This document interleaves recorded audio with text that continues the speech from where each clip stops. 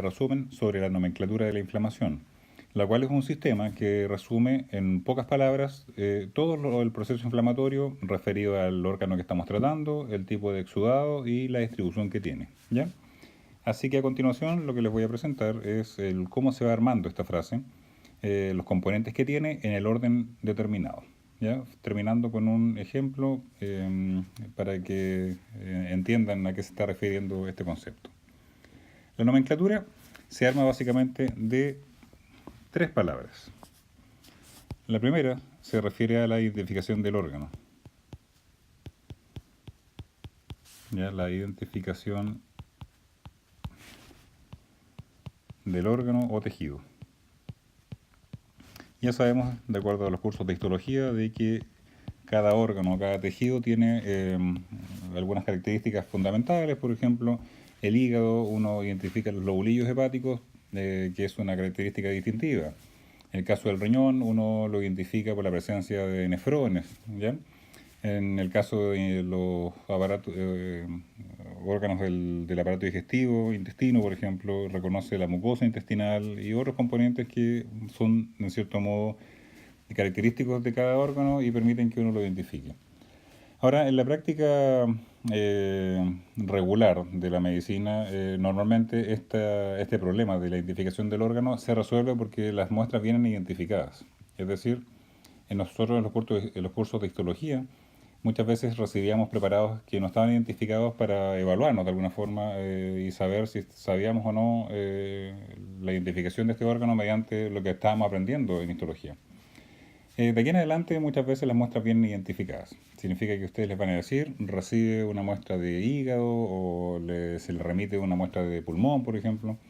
Por lo tanto, este problema generalmente no representa una mayor complicación, ¿ya?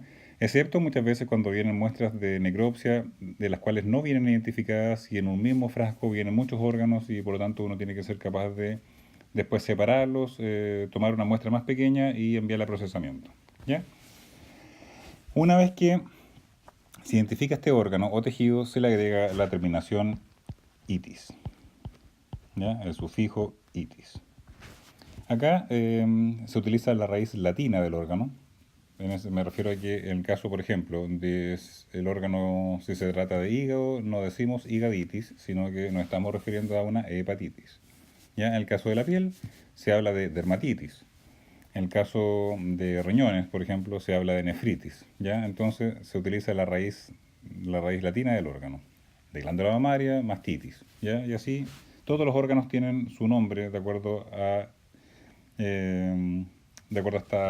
esta primera parte de la nomenclatura. Una vez que tenemos identificado el órgano, lo que viene a continuación es la identificación del exudado. Entonces tenemos que reconocer el exudado. Y ahí es muy importante que ustedes sepan, bueno, cómo identifico un exudado. Y ahí lo hacemos básicamente identificando el leucocito que predomina en ese espacio intersticial, ¿ya? Recuerden que un exudado está formado por líquido, leucocitos y también proteínas.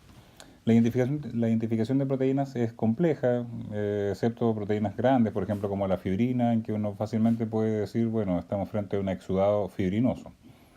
Pero en general lo que uno hace es identificar leucocitos.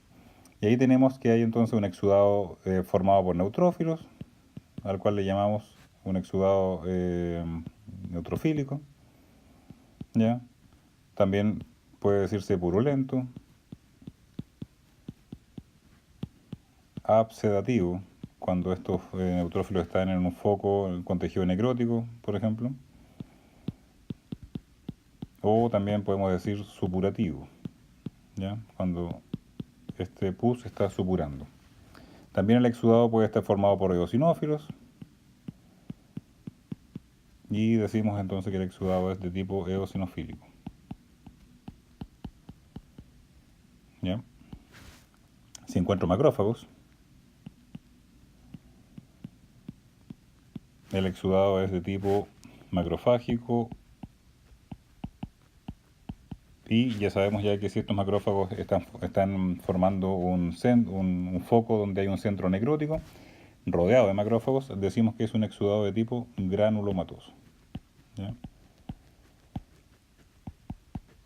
No olvidar, porque es muy importante este exudado granulomatoso. Entonces ya tenemos las dos primeras palabras de esta nomenclatura. Primero identificamos el órgano, le agregamos la terminación itis. Posteriormente identificamos el exudado. ¿Cómo hacemos eso? Identificando el leucocito. Podemos tener un exudado con neutrófilos, con eosinófilos y con macrófagos. ¿Ya? Y también la combinación de estos. Pueden haber neutrófilos y pueden haber macrófagos. Lo importante es que se nombren todos. Y el tercer paso es la distribución.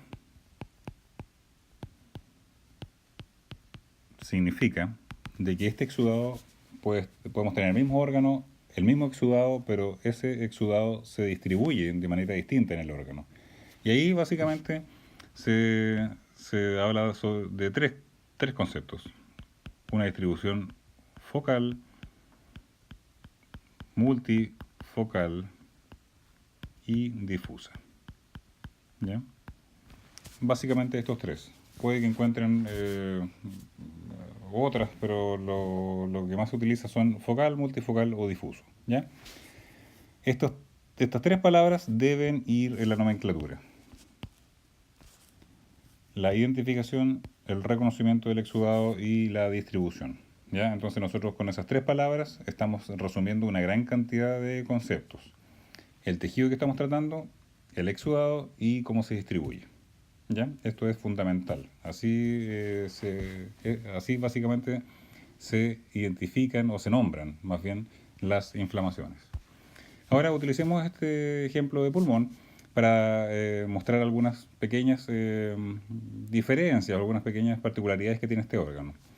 El pulmón es un órgano par, por lo tanto tenemos que sumarle también, en el caso de los órganos pares, si es unilateral o bilateral. ¿Ya? En el caso del riñón y el pulmón se utiliza generalmente también eh, como se le adiciona, en realidad, disculpen lo ando lento ya porque estoy cansado, se le adicionan esta otra palabra que si es unilateral o bilateral, si involucra a uno de los órganos pares o a ambos. ¿Ya?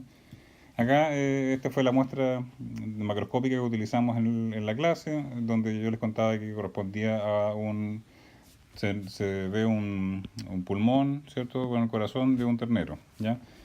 Donde ahora lo vamos a esquematizar, lo transformé en un dibujo, donde nos va a servir para poder entonces ir rotulando y dándole nombre a lo que estamos viendo. ¿Ya? Acá tenemos entonces el dibujo del mismo pulmón.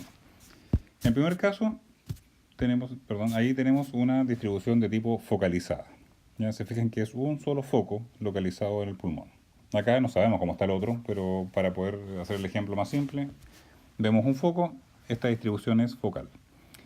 Entonces, si tenemos un pulmón inflamado, en la cual ese exudado, supongamos que es neutrofílico, decimos que es una neumonía neutrofílica focal. ¿Ya? Ahora yo utilicé la palabra neumonía, no neumonitis. Bueno, en pulmón esos dos términos son correctos. ¿Ya? Van a encontrarlo como neumonía o neumonitis. Neutrofílica, en el ejemplo, y focalizada. ¿Ya? Y tenemos las tres palabras que van a resumir este proceso. Siguiente caso, tenemos una distribución multifocal. Supongamos de nuevo que es neutrofílico, decimos que es una neumonía neutrofílica multifocal. Y una distribución difusa, ¿ya? Donde tenemos entonces una neumonía neutrofílica difusa. ¿Ya? Eso entonces es lo básico que tenemos que utilizar en esta nomenclatura de la inflamación. A veces en órganos grandes, como el pulmón, por ejemplo, podemos también hacer una siguiente, sumar información adicional. Ya les contaba que podíamos usar unilateral o bilateral, y en el caso también del pulmón podemos hacer referencia a cuáles son los lóbulos afectados. Podríamos decir, por ejemplo, que esta es una neumonía neutrofílica difusa que se localiza principalmente en los lóbulos cráneo-ventrales. ¿Ya? Cráneo-ventrales.